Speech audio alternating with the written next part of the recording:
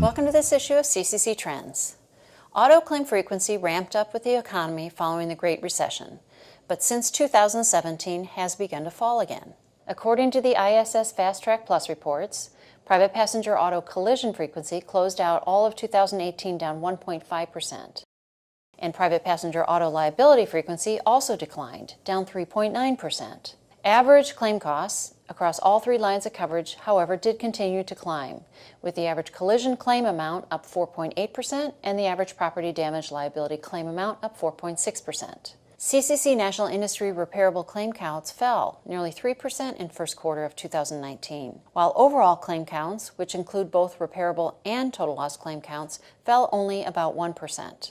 However, losses related to hail and water as a percent of overall appraisal counts were also significantly lower in 2019 first quarter versus the same quarter prior year, with even states such as Texas that did see significant activity in the Dallas area in March still only end up with about 3% of its overall appraisals flagged as hail or water losses versus 6.8% in Q1 of 2016.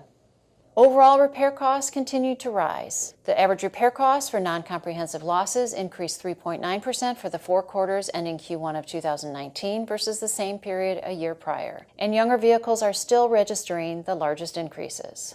Analysis of the components of the average vehicle repair cost and the increase experienced by the industry over the last 5 years reveals that well over 40% of the increase has come from more replacement parts, followed by labor costs and the costs rolling up under the miscellaneous and sublet category. As vehicle complexity has grown, the number of replaced parts per claim continues to grow, and as of Q1 2019, the percent of appraisals that include a pre- or post-repair scan continues to grow.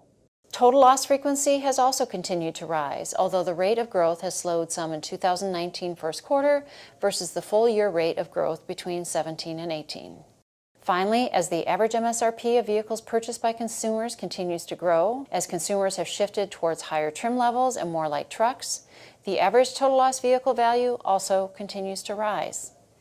So, while the industry may be experiencing some decline in accident and claim frequency, costs do continue to rise, with rising vehicle complexity the primary driver. Thank you for joining us for this issue of CCC Trends.